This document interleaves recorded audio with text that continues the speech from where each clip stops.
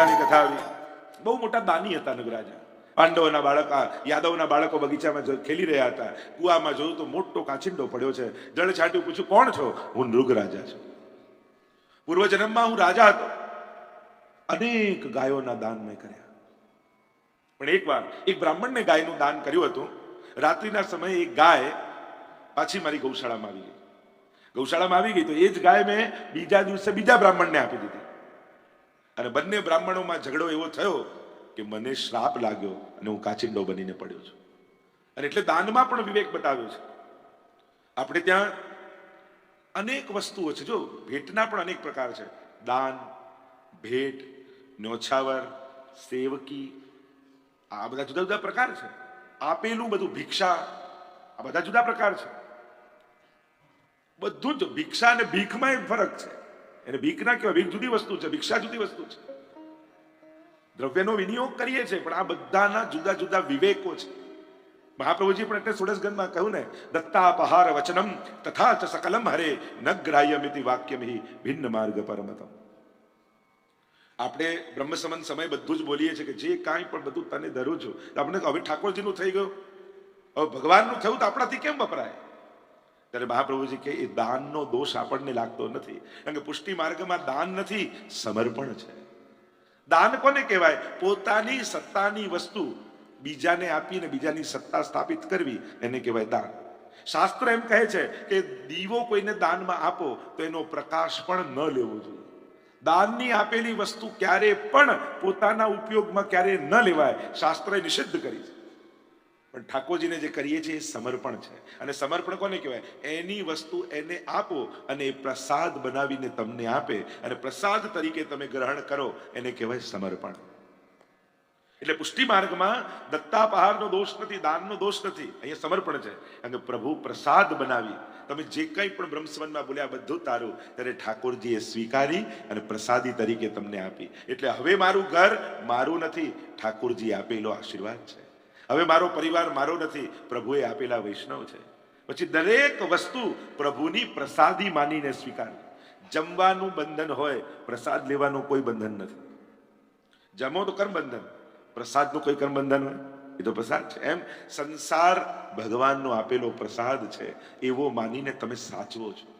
જો બીજું કોઈ આપી જાય કે આને સાચવજો ને, તો પોતાની વસ્તુ કરતા વધારે સાચવીએ કે નહીં?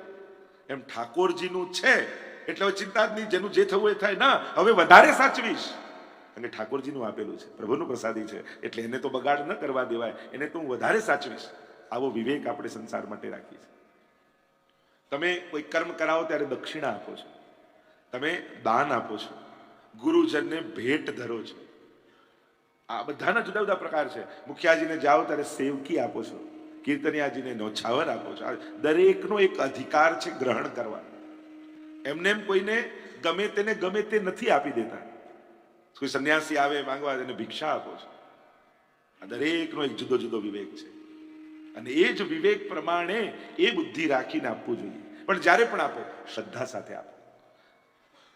એટલે હું તો હંમેશા કહું, જો આપતા પહેલા 10 વાર વિચારજો, પણ કોઈનું લેતા પહેલા 100 વાર વિચારજો. કદાચ કોઈને ગમે તેને આપી દીધું વાંધો નહીં, પણ ગમે તેનું ક્યારે લેતા નહીં. કારણ કે ગમે તેનો 1 રૂપિયો પણ આવી જાય ને તો આપણા 1000 રૂપિયા લઈને જશે. એટલે આપવામાં કદાચ વિવેક ન રહે તો વાંધો નહીં, ચલો ગમે તેને આપી દીધું, પણ કોઈનો પણ રૂપિયો ગમે તેનો લેવો નહીં. લેવામાં બંધન છે, આપવામાં તો આપણે મુક્ત થયા, લેનારો બંધાયો, પણ જે લે છે બંધાઈ જાય છે. આપણે ત્યાં એટલે જ લેનારને પગે લાગીએ છીએ કે જે એને તમે આપો એને તમે પગે લાગો છો. કેમ? કારણ કે તમે તો એને વસ્તુ આપી, પૈસા આપ્યા, જે આજે છે કાલે નથી રહેવાના, પણ એને સ્વીકાર કરી તમને પુણ્ય આપ્યું, જે આવતા જન્મમાં તમને સુખ આપવાનું છે. એટલે મોટો દાતા લેનારો છે. કારણ કે સ્વીકાર કરી, એક વસ્તુ યાદ રાખજો, જેના થકી પુણ્ય કરવાની પ્રેરણા મળે અને જેના થકી ભગવત સેવા કરવાની પ્રેરણા મળે, એનો ઉપકાર જીવનમાં ક્યારેય ભૂલતા નહીં. વસ્તુ આપનારનો ઉપકાર કદાચ ભૂલી જજો, પૈસા આપનારનો ઉપકાર કદાચ ભૂલી જજો, વ્યવસ્થા કરનારની ઉપકાર કદાચ ભૂલી જાઓ તોય વાંધો નથી, પણ આ 2 વસ્તુ જેની થકી જીવનમાં આવીને એ સૌથી મોટો આપણા જીવનનો ઉપકારી છે. જેની પ્રેરણા થકી આ હાથને મોઢે સુધી જતા આવડતું હતું, પણ કોઈને લેવડાવવાની સમજ એનામાં નથી.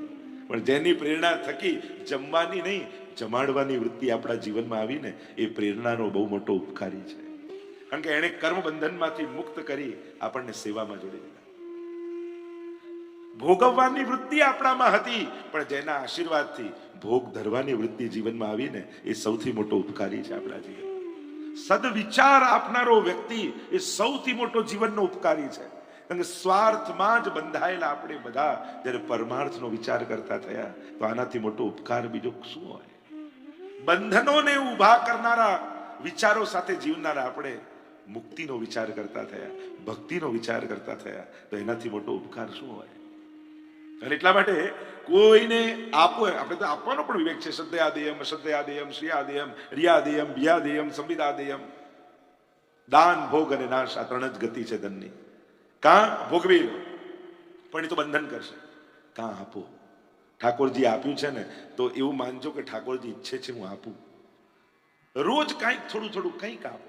છેલ્લે કાંઈ ના આપો તો ઝાડને પાણી આપો, પણ આપવાની પ્રવૃત્તિ ચાલી રાખો. તમારી ભીતર આપવાની વૃત્તિ ચાલશે.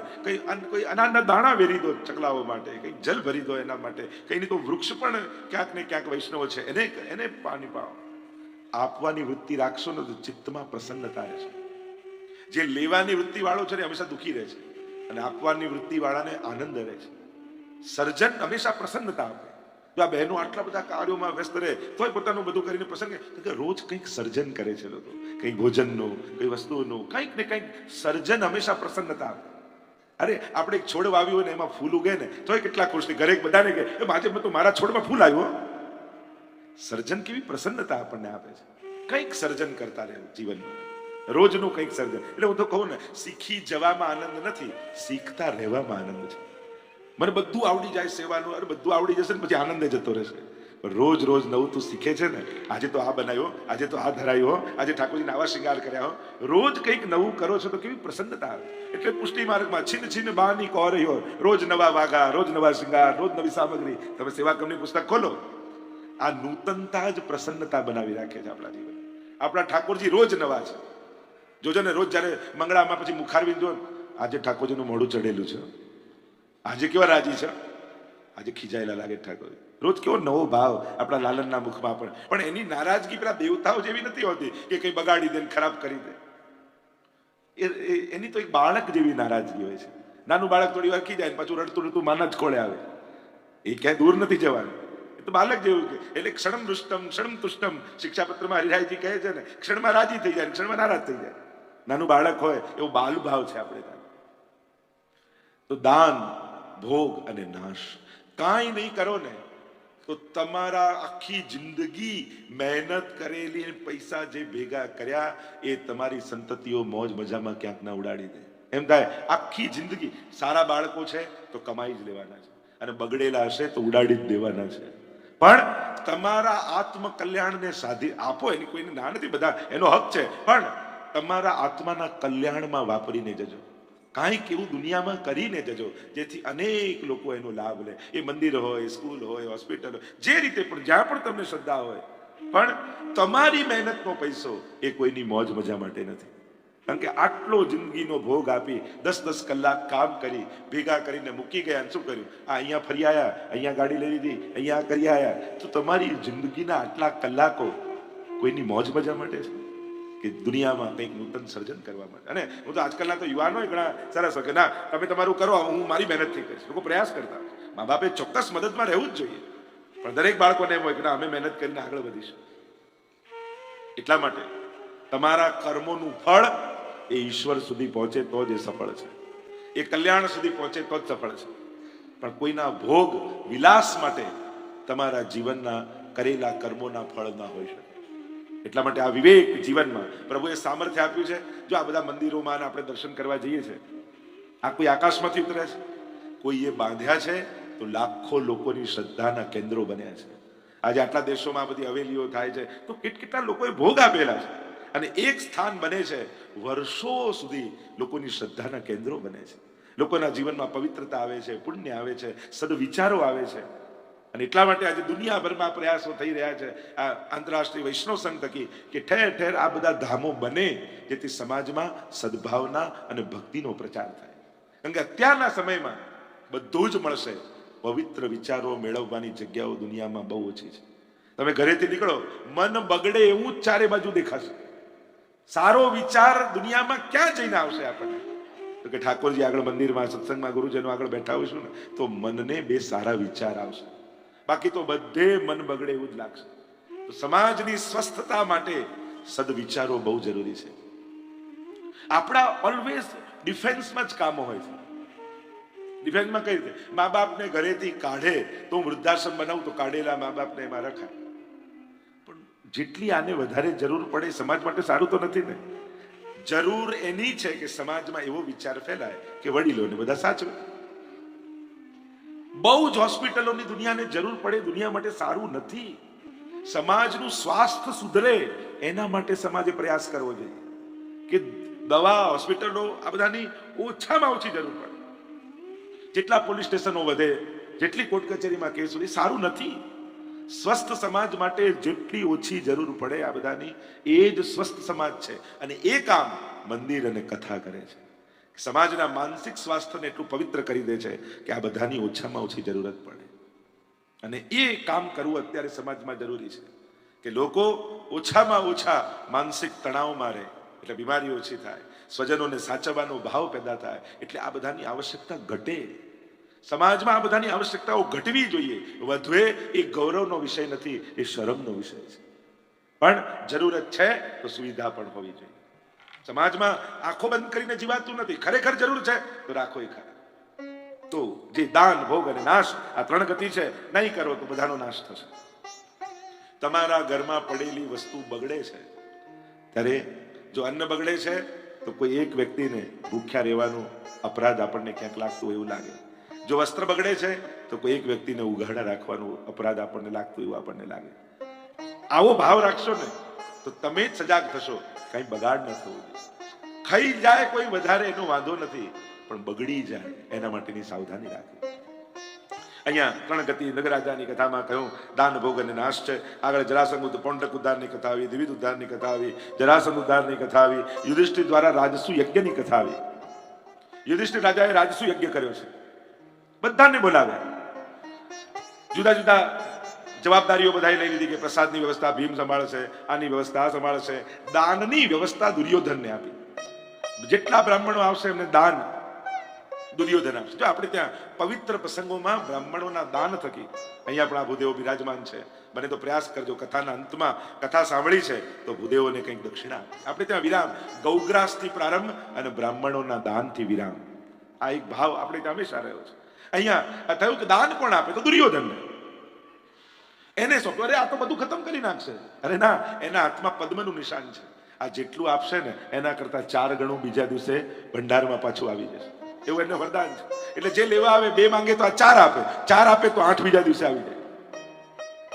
બધાએ જવાબદારીઓ વાંટી લીધી. વારો આવ્યો કૃષ્ણનો. આપ શું કરશો? પ્રભુ કે મેં તો મારી સેવા ક્યારની નક્કી કરી રાખી છે. આપની કઈ સેવા? તો કે આપણા યજ્ઞમાં જેટલા મહાપુરુષો આવશે એના ચરણ પખારવાની સેવા હું પોતે કરીશ. અને જેટલા મહાપુરુષો આવે છે પ્રભુ એના ચરણ પખારે છે, કેસર સ્નાન કરાવે છે, ચરણ પૂછે છે. હવે અગ્ર પૂજા યજ્ઞમાં કોની કરવી? બધાની પસંદગી ઉતરી ઠાકોરજી પર. આપણે ત્યાં કોઈ સારો પ્રસંગ હોય તો પહેલા કોને યાદ કરવા? આપણે ત્યાં તો કહીએ ને ઠાકોરજી, ગુરુ અને ઘરના વડીલો, આ ત્રણને વંદન કરી પછી જ કોઈ ઉત્તમ કાર્ય શરૂ કરે. આ ત્રણના આશીર્વાદ જરૂર લેવા, એમાં આપણે ત્યાં કહ્યું છે.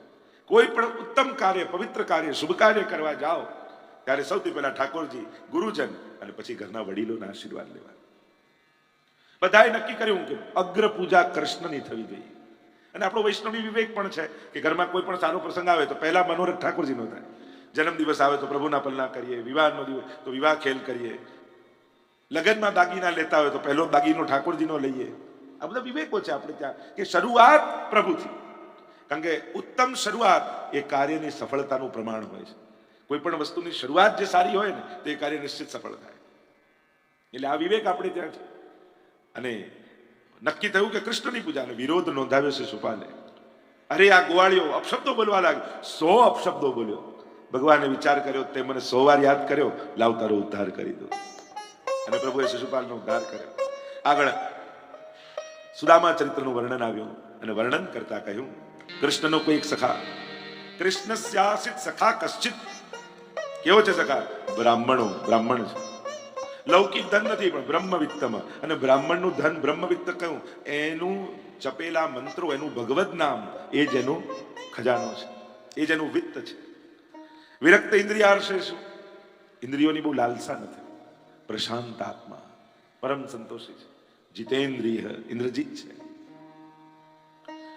સંકલ્પ કર્યો છે, અયાચક વ્રત લીધું છે, ક્યારે કોઈની પાસે કાંઈ માંગીશ નહીં, અને અયાચક વ્રત લઈ પોતાનો નિર્વાહ કરે છે. પત્નીએ કહ્યું, નાથ, તમારા સંકલ્પોનો મને પણ આદર છે, હું પણ તમારી જોડે સાચવવા તૈયાર છું, પણ બાળકો જ્યારે ભૂખ્યા થઈને રાતના કરગરે ને, મારાથી એ જોવાતું નથી. ભૂખ્યા થયેલા બાળકો જ્યારે રાતના કે માં દૂધ પીવું છે, અને ત્યારે લોટ પાણીમાં ઘોળીને એમને પીવડાવું, ત્યારે એક માનું કલીજું કપકપી ઉઠે છે. નાથ, મેં તો સાંભળ્યું છે દ્વારિકાધીશ તમારો મિત્ર છે, માંગવા જાવ એમ નથી કહેતી, એના કોઈ દર્શન કરી લે ને તો એ જન્મ જન્માંતરના દારિદ્ર ટળી જાય છે. એક વાર નાથ દ્વારકાધીશ પાસે જાવ તો ખરા. રોજ જ્યારે પત્ની આમ કહેવા લાગી ત્યારે સુદામાને એમ થયું, આ પત્ની નથી બોલતી, દ્વારકાધીશને મને મળવાની ઈચ્છા થઈ લાગે છે, અને એટલા માટે એની જીભ પર બેસી વારે ઘડીએ મને પોતાની નિકટ બોલાવી રહ્યો છે. ઘણીવાર પ્રભુ સીધું ન કહે, પણ કોઈના મોઢે બોલાવે. એ આપણી સમજ હોવી જોઈએ કે આપણે ઓળખી જઈએ, હમણાં આ વ્યક્તિ નથી બોલ્યો, નિશ્ચિત ઠાકોરજી મને કંઈ કહેવા માંગે છે, ઠાકોરજી મને કંઈ ઈશારો કરી રહ્યા છે, અને એટલે અત્યારે આની જીભ પર ઠાકોરજી બોલ બેસીને બોલી રહ્યા છે. તુરંત આપણને એમ થાય કે હમણાં આ વ્યક્તિને તો આવું કહે નહીં, એને કહ્યું છે તો ક્યાંક પ્રભુનો કોઈક સંકેત છે. કહ્યું, ઠીક છે, તું આટલું કહે છે, કાલે જ હું જાઉં, પણ ખાલી હાથે પ્રભુ પાસે કેમ જવાય? શાસ્ત્ર એમ કહે છે, ખાલી હાથે પ્રભુ પાસે, રાજા પાસે ન જવાય.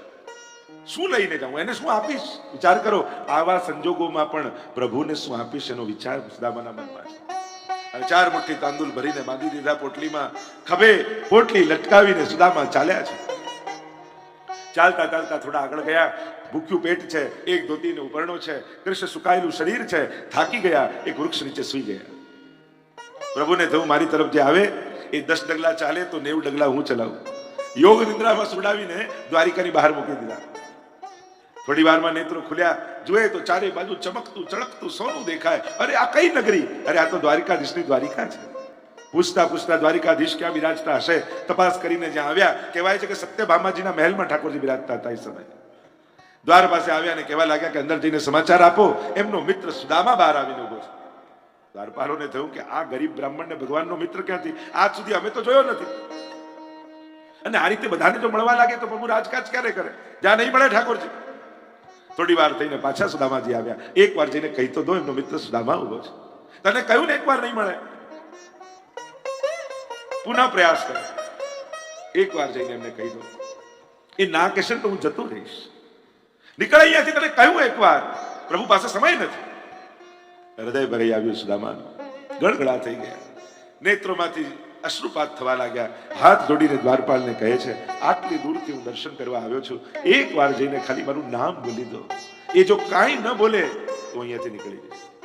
દ્વારપાલોને પણ આવી દયા. એક વાર કહેવામાં શું છે?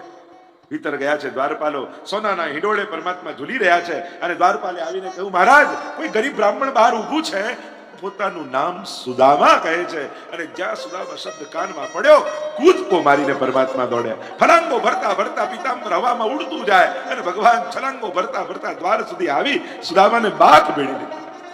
આટલા વર્ષે તાની મારી યાદ આવી, આવ આવ કરીને પધરાવીને લાવ્યા, સોનાના સિંહાસન પર બિરાજમાન કર્યા. પટરાણીઓને કહ્યું, જલ્દી ગરમ જળ લાવ, પ્રભુના ચરણ પખારવા છે. અને પાણી પરાત કો છુયો નહીં, અસ્વન જલ સે પગ ધોય. પેલું તો ગરમ જળ આવે જ્યારે ત્યારે પ્રભુએ પોતાના નેત્રોના જળથી યશોદામાના ચરણ પખાર્યા. ભેટતા જાય ને પાછા ચરણ પખારતા જાય. બધા ચકિત થઈને જોયે કે આટલા મિત્રો રાજા મહારાજાઓ આવ્યા, આવું તો પ્રભુ ક્યારેય નથી કરે. આવો ઉમંગ અને ઉત્સાહ તો ઠાકોરજીનો ક્યારેય જોયો નથી. પોતાના વસ્ત્રો આપ્યા છે, પોતાના શણગાર ધરાવ્યા છે, રાત્રિના સમયે ભોજન કરવા માટે બિરાજ્યા છે. ભોજન કરતા કરતા પ્રભુ નાનપણના પ્રસંગોનું સ્મરણ કરવા લાગ્યા. સુદામા, તને યાદ છે સાંદીપની ઋષિના આશ્રમમાં આપણે ભણતા? અરે પ્રભુ, કેમ ભૂલી શકાય? એની તો એક એક ક્ષણ મારા જીવનમાં કોતરાયેલી છે, કેમ ભૂલી શકાય? મોટા મોટા રાજા મહારાજાઓના દીકરાઓ ભણતા અને હું એકલો ગરીબ બ્રાહ્મણનો દીકરો, મારી જોડે કોઈ ભોજન કરવા તૈયાર ન થતું, અને જ્યારે હું એકલો બેસતો ત્યારે કૃષ્ણ તું તારી થાળી લઈને આવતો અને કોળીઓ ભરીને મારા મોઢામાં મૂકતો. કેમ ભૂલી શકાય? તો સુદામા તને એ યાદ હશે કે એકવાર ગુરુ માએ આપણને લાકડા લેવા માટે મોકલ્યા હતા. 2 મુઠ્ઠી ચણા તારા ખિસ્સામાં ભરી દીધા અને કહ્યું જરૂર પડે ને ત્યારે વાટીને ખાઈ લેજો. વરસાદ વરસવા લાગ્યો, ઝાડને ડાળ પર ચડી ગયા આપણે બંને, અને મેં સમય પૂછ્યું તું કે માએ કંઈ આપ્યું છે? અને સુદામા ત્યારે તું એકલો ખાઈ ગયો. સાંભળતાની સાથે હૈયું ભરાઈ આવ્યું સુદામાનું. પ્રભુ એની તો સજા ભોગવું છું. આ દારિદ્ર મારા ભાગ્યમાં નહોતું લખ્યું, મેં પસંદ કરેલું છે મારું દારિદ્ર્ય. કારણ કે આપનું, આપના માટેનું આપને ધર્યા વગર ખાઈ જાય એની તો આ જ દશા થાય. પ્રભુ કે જે થઈ ગયું એ થઈ ગયું, હવે ભૂલી જા બધું. નાનપણના પ્રસંગો છે એને કઈ બહુ યાદ ન રખાય. આ તો નાનપણની વાતો, ભૂલ જા. અને જાણે આમ કઈ ભૂલી જા કહીને ભગવાને એના ભાગ્યમાં લેખમાં મેઘ મારી દીધો. અરે ભાભીએ આપ્યું શું છે? ગભરાતા ગભરાતા છુપાવવા લાગ્યા પોટલી. પ્રભુએ ખેંચી અને પોટલી ખોલીને તાંદુલ જોયા, એક એક મુઠ્ઠી આરોગવા લાગ્યા. 3 મુઠ્ઠી આરોગ્યા, હવે તો હાથ પકડી લીધો પ્રાણીઓએ. અમને આપી દેશો કે શું? કુબેરનો વૈભવ ભરી દીધો સુદામાને. પણ સુદામાને ખબર ન પડવા દીધી કે એને આટલું બધું આપ્યું છે. આટલા દિવસ વ્યતીત થયા, સુદામાને વિચાર આવ્યો કે મારી પત્ની, મારા બાળકો શું કરતા હશે? અને સારું થયું પ્રભુએ કંઈ આપ્યું નહીં, નહીં તો મિત્રતાનો જે આનંદ કરી રહ્યો છું એ નજરથી નજર મિલાવીને આનંદ ન કરી શકે. સુદામા આવ્યા પ્રભુ પાસે ને કહેવા લાગ્યા, પ્રભુ આટલા દિવસ થયા, હવે આજ્ઞા આપો તો હું જાઉં. પ્રભુએ પોતાના જૂના વસ્ત્રો સુદામાને આપ્યા. વસ્ત્રો બદલ્યા, આજ્ઞા લેવા માટે સુદામા આવ્યા. પ્રભુ આજ્ઞા આપો. પ્રભુએ બાત ભેળી લીધી સુદામાને. બંનેના નેત્રો ભરાયા. સુદામા કહે કે હવે આજ્ઞા આપો તો હું જાઉં. ધીમે ડગલે સુદામાજી જવા લાગ્યા. ઉમરે સુધી પહોંચ્યા અને પ્રભુએ અવાજ લગાવ્યો, સુદામા. ભીની આંખે વળીને સુદામા જોવે છે. અહીંયા પ્રભુના નેત્રો ભીંજાયેલા છે. સુદામા તું જઈ રહ્યો છે? હા પ્રભુ. ફરી પાછા ક્યારે મળીએ કાંઈ ખબર નથી. આટલા વર્ષે મુલાકાત થઈને ફરી ક્યારે મળવાનું થાય? હા પ્રભુ. કહેવા લાગ્યા સુદામાજી, હા પ્રભુ. ફરી મળાય ન મળાય કોણ જાણે. હા સુદામા, એટલે જ મારી એક ઈચ્છા બની છે.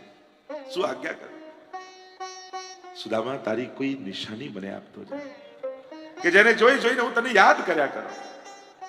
સુદામાને સંકોચ થયો કે મારી પાસે તો કાંઈ નથી. પ્રભુ મારી પાસે તો કાંઈ નથી આપવાનું. પ્રભુએ કહ્યું, સુદામા તારા પાદુકા મને આપતો જાય. અરે પ્રભુ, મારી પાદુકાનું આપ શું કરશો? લોકો આપની પાદુકા રાખે, ચરણારવિંદની સેવા કરે, મારી પાદુકાનું અહીંયા આપ શું કરશો? ના સુદામા, હું એને જોઈ જોઈને તને યાદ કરીશ. પાદુકા તારી મને આપતો જાય. બહુ હટ કરી પ્રભુએ. સુદામાને સંકોચ લાગ્યો.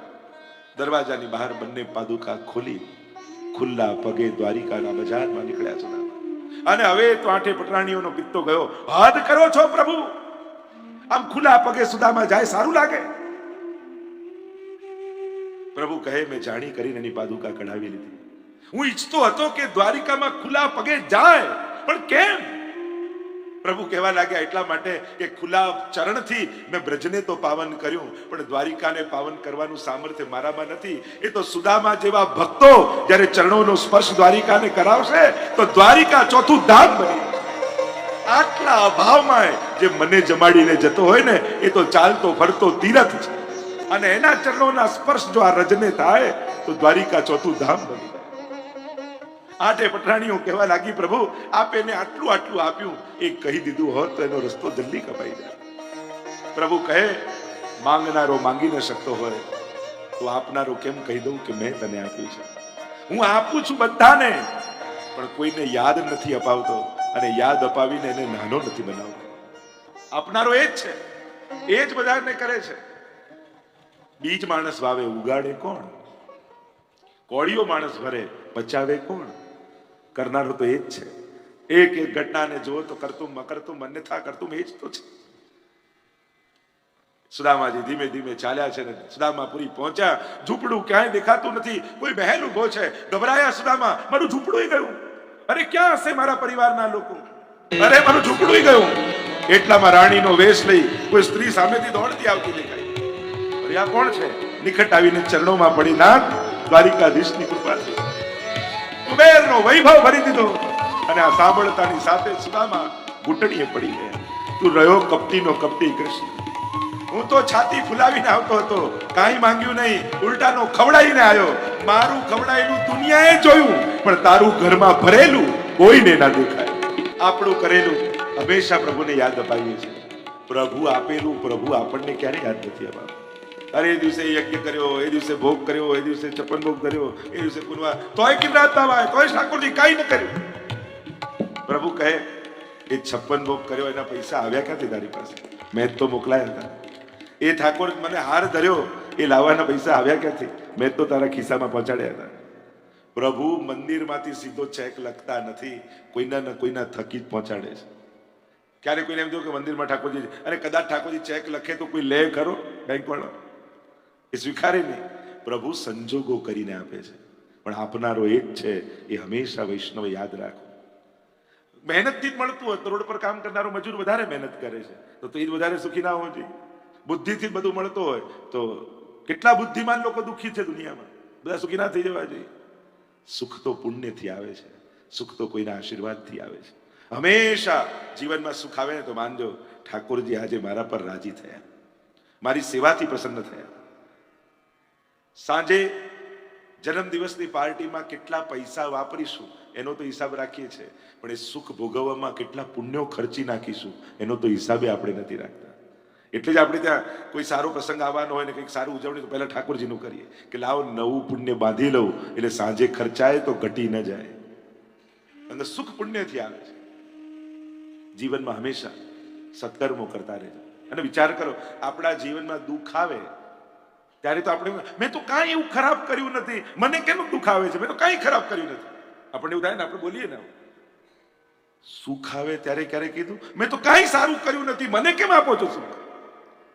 ક્યારે સુખ માટે એવું કહ્યું? વિચાર કરો, અત્યારે તમે જેવા સુખી છો એને હિસાબ બરાબર થાય એવા પુણ્યો કર્યા છે? તમને એમ નથી લાગતું તમારા સત્કર્મો કરતા ઠાકોરજીએ સુખ વધારે આપ્યું છે? એવું લાગે છે કે હા કે ના? તો કહો.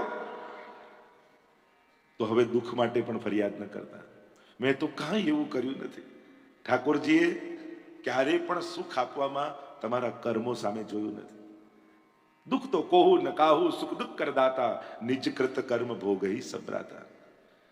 અને બે ચાર દુઃખોમાંથી ઠાકોરજી ઉગારે ને તો આપણને યાદ રહે. દરેકના જીવનમાં ક્યારેક એવા સંજોગો આવે કે હવે તો ખતમ, હવે તો બહાર ઊંચા જ નહીં આવી, હવે તો પતી ગયું. છતાં એવા સમયે ઠાકોરજી કાઢ્યા ને આપણને.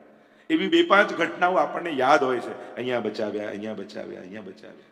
એ 4-5 પ્રસંગો યાદ છે, પણ હજારો દુઃખો આપણા સુધી પહોંચવાય નથી દીધા ઠાકોરજીએ. એ તો આપણને ખબર નથી હોતી, અને ઠાકોરજી કહેતોય નથી હોતો ઘણી વાર. આપણે યાદ રાખવાનું, જો પ્રભુ આપણને કેવી રક્ષા કરે છે, ક્યાં ક્યાંથી બચાવે છે, ક્યાં ક્યાંથી ઉગારે છે.